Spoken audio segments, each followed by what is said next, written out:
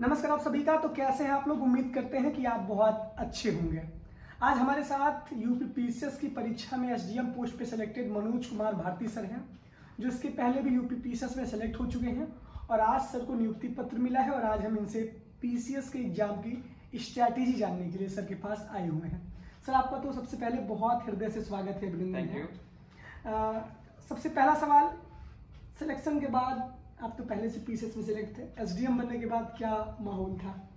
जैसे कि आप जानते हैं कि जो एसडीएम पोस्ट है वो स्टेट सर्विसेज की सबसे हाईएस्ट पोस्ट है। तो हर जो एस्पिरेंट होता है उसका ड्रीम होता है कि मुझे एसडीएम बनना है, या किसी किसी का ड्रीम डीएसपी होता है। तो it is one of the highest post, और इसको जो पा लेता है उसको लगता है कि एक तृप्ति मिल गई है। तो सबसे हाईएस्ट सर्विस को पाने का सबको खुशी होती है, मुझे भी हो रही थी। अच्छा भैया, जैसे कि आपकी तैयारी का माध्यम क्या था और आपका ये कौन सा अटेम्प्ट था? मेरी तैयारी का माध्यम इंग्लिश मीडियम था और पीसीएस से मेरा 4th अटेम्प्ट था और मेरा लगातार तीसरा इंटरव्यू था और ये मेरी दूसरी जॉब है। अच्छा, आपकी ये दूसरी जॉब है, लगातार आपका तीसरा इंटरव्यू था जी। सबसे बड़ा सवाल ये है कि आपने अपनी इस तैयारी में कोचिंग का साथ लिया था कि नहीं लिया था? नहीं, मैं दिल्ली में रहा हूँ लगभग 3.5 से 4 साल, और पर वहाँ मैंने कोचिंग नहीं की थी। वहाँ लेके मैंने सेल्फ स्टडी की थी, कुछ दोस्त की हेल्प लेके, गाइडेंस लेके। सबसे ज़्यादा इंपॉर्टेंट आपके लिए गाइडेंस ही होती है। अगर आप कोचिंग ना भी करो तब भी आपका हो सकता है। अच्छा, गाइडेंस में मतलब जैसे कि भैया आपने अपने जर्नी की शुरुआत कहाँ से की थी? आपका 12th किस बैकग्राउंड से था? ग्रेजुएशन में आपने क्या किया था और कब आपने सोचा कि आपको यूपीएससी करना है? तो मैं आपका एक शॉर्ट इंट्रोडक्शन दे देता हूँ। तो मेरी जो पढ़ाई हुई है शुद्ध हिंदी माध्यम स्कूल में हुई है, नर्सरी से क्लास 12 तक पूरी। सरस्वती विद्या मंदिर नाम से स्कूल्स होते हैं, सब मैं भी विद्या भारती वाले शिशु। हाँ, तो मैं उसी से पढ़ा हुआ हूँ। उसके बाद मेरा रुझान इंजीनियरिंग के जो ज़्यादा हो गया, तो मैं 1 साल राजस्थान चला गया आईआईटी की तैयारी करने, कोटा राजस्थान। मेरा आईआईटी में सिलेक्शन भी हो गया था, पर मुझे मनचाही ब्रांच नहीं मिल पाई थी, इसलिए मैंने आईआईटी के ऊपर एक प्राइवेट कॉलेज को चूज किया। और फिर मैंने अजय कुमार गर्ग इंजीनियरिंग कॉलेज गाजियाबाद से मैकेनिकल इंजीनियरिंग में अपना ग्रेजुएशन पूरा किया। जब मैं सेकेंड ईयर में था तो मेरा एक सर पे भूत सवार था कि मुझे पीएसयूज में ही जाना है। जैसे कि आप जानते हो आईओसीएल, बीपीसीएल अच्छा पैकेज देती हैं और अच्छा वर्क लाइफ बैलेंस होता है, पर मैंने देखा कि उसमें भीड़ बहुत ज़्यादा है, सिलेक्शन रेशियो काफ़ी कम है। फिर मैंने देखा कि एक ऐसी सर्विसेज है जो आपको विद अथॉरिटी काम करने की मौका देती है, जिसमें अगर आप जाते हो तो आपको पैकेज अच्छा मिलता है, फैसिलिटी भी अच्छी मिलती है और आपकी बात की वैल्यू होती है, आपकी साइन की वैल्यू होती है, और आप एक बड़े स्केल पर एक बड़े मास पर लोगों को सर्व कर सकते हो। तो सेकंड ईयर या थर्ड ईयर के बाद मेरा झुकाव सिविल सर्विसेज को ज़्यादा झुक गया था और तभी से मैंने अपनी तैयारी शुरू कर दी थी। तभी से आपने तैयारी शुरू की थी। सर अपने बेस को आपने कहाँ से मजबूत किया? क्योंकि आप बता रहे हैं आप इंजीनियरिंग बैकग्राउंड से थे, तो एनसीईआरटी जो कहते हैं कि उसका बहुत बड़ा रोल होता है। तो एक सर सवाल एक ही आपसे है कि जो बच्चा बिगिनर्स है, अभी शुरुआत तैयारी की कर रहा है, वो अपनी पूरी तैयारी कैसे करे? एनसीईआरटी स्टैंडर्ड बुक क्या क्या पढ़े, कैसे पढ़े, नोट्स कैसे बनाए? एक ही सवाल में सारा जवाब दे दीजिए सर। तो इसका जवाब मैं अपना एक एग्जाम्पल लेके आपको देना चाहूँगा। तो जब मैंने कॉलेज से पास आउट हुआ मैं, तो मैंने कुछ बेवकूफ़ियाँ की क्योंकि मैंने कोचिंग नहीं की थी। तो एक अधेड़ मतलब बच्चा अगर जाता है, अनजान बच्चा, तो क्या करता है, वो रैंडम चीज़ें उठाता है। तो वही मैंने किया। मैंने पहले जाते ही ऑप्शनल उठा लिया। मैंने कहा जीएस तो कर ही लेंगे, सीसैट भी कर ही लेंगे इंजीनियरिंग बैकग्राउंड से। तो मैंने गलती ये की कि मैंने पहले अपना ऑप्शनल उठा लिया, उसको पढ़ लिया, मैंने जीएस पे ध्यान ही नहीं दिया। तो ऑब्वियस सी बात, आपका प्रीलिम नहीं निकलना था। फिर मैंने लोगों से सलाह ली, अपने फ्रेंड्स से सलाह ली, लोगों से पूछा। तो उन्होंने बोला कि आप पहले अपना बेस मजबूत करिए। उसके बाद मैंने बेसिक एनसीईआरटी से स्टार्ट की। जब एनसीईआरटी मेरी 1-2 बार हो गई, उसके बाद जो स्टैंडर्ड बुक है सब लोग जानते हैं, लक्ष्मीकांत है, आर.एस. शर्मा है, नितिन सिंघानिया है, सबको पता है। फिर इन बेसिक जो बुक स्टैंडर्ड बुक्स हैं इनको पढ़ा मैंने। उसके बाद मॉक पेपर लगाए बहुत ज़्यादा, मतलब क्योंकि मॉक पेपर आपके लिए बहुत इंपॉर्टेंट होते हैं। वो आपकी गलतियों को आपको दिखाते हैं कि आपकी स्पीड कैसी है, आपकी एक्यूरेसी कैसी है, आप चीज़ों को गैस कर पा रहे हो कि नहीं, क्योंकि ये जो प्रीलिम्स का एग्जाम होता है एक काइंड ऑफ गैस होता है। तो ये मतलब 3 स्टेप होते हैं। आप पहले एनसीईआरटी से स्टार्ट करिए, स्टैंडर्ड बुक्स पे जाइए और एट लास्ट आप मॉक्स लगाइए। फिर आप मतलब एनसीईआरटी कैसे पढ़े बच्चे, ये भी बताते चलिए साथ साथ। क्योंकि एनसीईआरटी एक प्रिसाइज डॉक्यूमेंट होता है। आप देखोगे तो बहुत कम पन्नों में बहुत ज़्यादा बात बता दी जाती है। तो 1-2 बार में समझ में आती ही नहीं हो, आपके सर के ऊपर से बाउंस हो जाती है। तो उसको बार बार पढ़ना, उस पर एनसीईआरटी बेस्ड क्वेश्चन लगाना, मार्केट में अवेलेबल होते हैं। आप उनको चैप्टर को पढ़िए, उसके बेस पे क्वेश्चन लगाइए, और जो टेस्ट पेपर के पीछे आंसर्स दिए होते हैं वो काफ़ी अच्छे क्वालिटी वाले होते हैं कोचिंग्स के। तो आपने क्या गलती की उन आंसर से पढ़िए कि मेरा दिमाग यहाँ तक क्यों नहीं सोच पा रहा है। तो एनसीईआरटी किताबें जो काफ़ी क्वालिटी वाली होती हैं उनको आप बार बार पढ़िए, रिवाइज करिए, तो ऐसे आप एनसीईआरटी कर सकते हो। अच्छा, जैसे कि स्टैंडर्ड बुक में भैया सब्जेक्ट वाइज बताइए कि आपने कौन कौन सी स्टैंडर्ड बुक किस किस सब्जेक्ट की क्या क्या फॉलो की थी। तो हम शुरुआत करते हैं हिस्ट्री से। हिस्ट्री में जैसे पता है कि एंशंट के लिए आप आर एस शर्मा ले सकते हो, और उसके साथ मिडिवल के लिए आप आर एस कोई चंद्रा सर की बुक है, मैं एग्जैक्ट नाम नहीं याद आ रहा है, सॉरी फॉर दैट। और मॉडर्न के लिए आप स्पेक्ट्रम ले सकते हो। और उसके बाद ज्योग्राफी पे आते हैं, क्योंकि ज्योग्राफी मेरा ऑप्शनल था, तो मैंने जीएस के लिए वैसे कुछ पढ़ाई नहीं की थी क्योंकि मेरा ऑप्शनल था, तो उसको छोड़ देते हैं। उसके बाद पॉलिटी के लिए आप लक्ष्मीकांत ले सकते हो, वो अभी सफिशिएंट बुक है, काफी अच्छी चल रही है।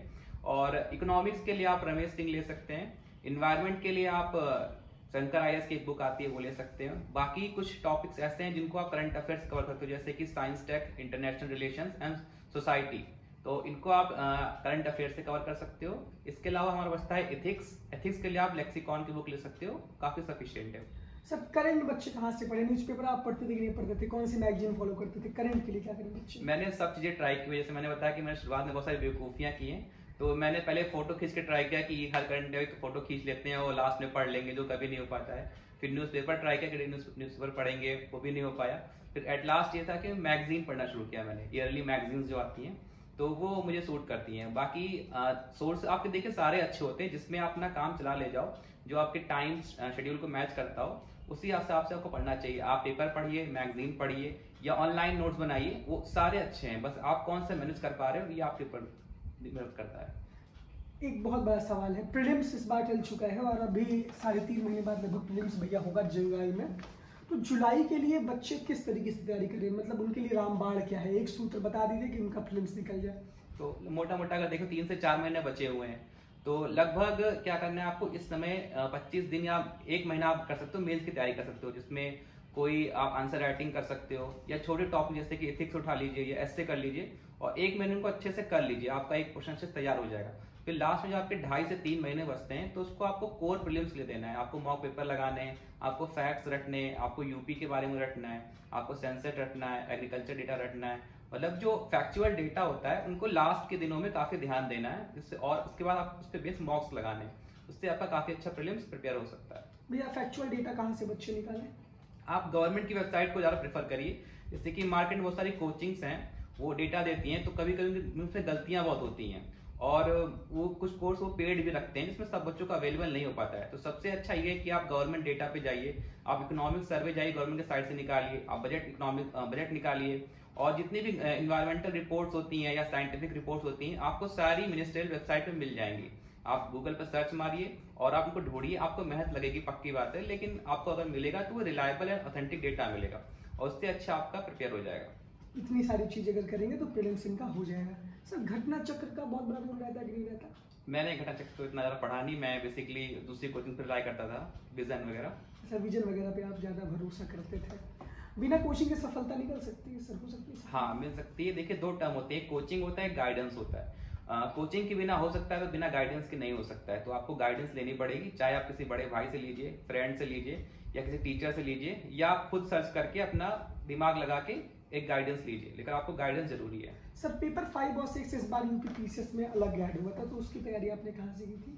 टू बी ऑनेस्ट मैं आपको बताऊं कि उस टाइम पे मार्केट में कोई अच्छा सोर्स अवेलेबल नहीं था, क्योंकि आयोग ने जल्दी में आज ही में उस पेपर को ऐड किया था। तो उस टाइम तक कोचिंग वालों ने क्या किया था, उस पर कोई मटेरियल अच्छा बना नहीं पाए थे। कुछ मार्केट में किताबें थी, उसमें बहुत सारी गलतियां थी, तो ऐसा कोई फिक्स सोर्स तो मेरा था नहीं। बेसिक मेरा ये था कि इंटरनेट से जो आपका टॉपिक में दिया हुआ है उसी को सर्च मार के उनका डेटा निकाल के और खुद के नोट्स प्रिपेयर करना, और उसी के बेस पर अपनी तैयारी करना, तो ये मेरी स्ट्रेटजी थी। सर एससे की तैयारी कैसे करें? तो एस्से जो है वो एक आंसर राइज बेस्ड सब्जेक्ट है, आप आंसर राइटिंग करके ही एस्से सीख सकते हो। मुझे ऐसा लगता है कि आप कितनी भी किताबें पढ़ लो, कितने भी कोर्स लिख लो, अगर आपके आंसर राइटिंग, आपके सोचने की क्षमता, आपके डायमेंशंस को एक्सप्लोर करने की क्षमता अच्छी नहीं है, तो आप अच्छा एस्से नहीं लिख पाओगे। तो एस्से के लिए आप ये कर सकते हो कि आप जैसा भी एस्से लिखते हो, पहले लिखो और लोगों को दिखाओ कि इसमें आपको क्या कमियां लग रही है। आप एस्से को डिफरेंट डायमेंशंस में लेके जाओ, उसका एक काउंटर पर्सपेक्टिव भी दीजिए कि अगर ये पूछा हुआ तो इसका हम अपोजिट भी लिखें, मतलब हर तरह का हमको चीजें बतानी है। तो ऐसे अगर मल्टी डायमेंशन एस्से लिखने की कोशिश करोगे with proper examples and quotations, और आप प्रॉपर एक गाइडेंस के साथ कुछ चेक करवाते रहोगे उससे, तो आप देखोगे ग्रेजुअली आप इंप्रूव करते जाओगे और आपका एस्से इंप्रूव हो सकता है। चलिए सर, बहुत अच्छा सेशन रहा। सर ने एकदम सीधे और साफ तरीके से जवाब दिया, क्या पढ़ा था क्या नहीं पढ़ा था, कैसे पढ़े कैसे ना पढ़े, क्या चीज़ें सर ने बेवकूफ़ी की थी और क्या सुधार किया। जीवन में बहुत संघर्ष है और ये संघर्ष ही सफलता की दास्तां लिखता है। और सर ने एक तरीके से आज उत्तर प्रदेश की सबसे बड़ी जो सेवा होती है एसडीएम की पोस्ट पर सर सिलेक्शन पाए हैं। उम्मीद करते हैं कि आगे आने वाले समय में हम सब समाज के लिए सर बहुत बेहतर करेंगे। आपके जो भी सवाल है आप कमेंट बॉक्स में जरूर मैसेज करिए। सर के साथ हम एक लाइव सेशन जरूर ले लेंगे। सर आखिरी, सफलता का मूल मंत्र क्या है?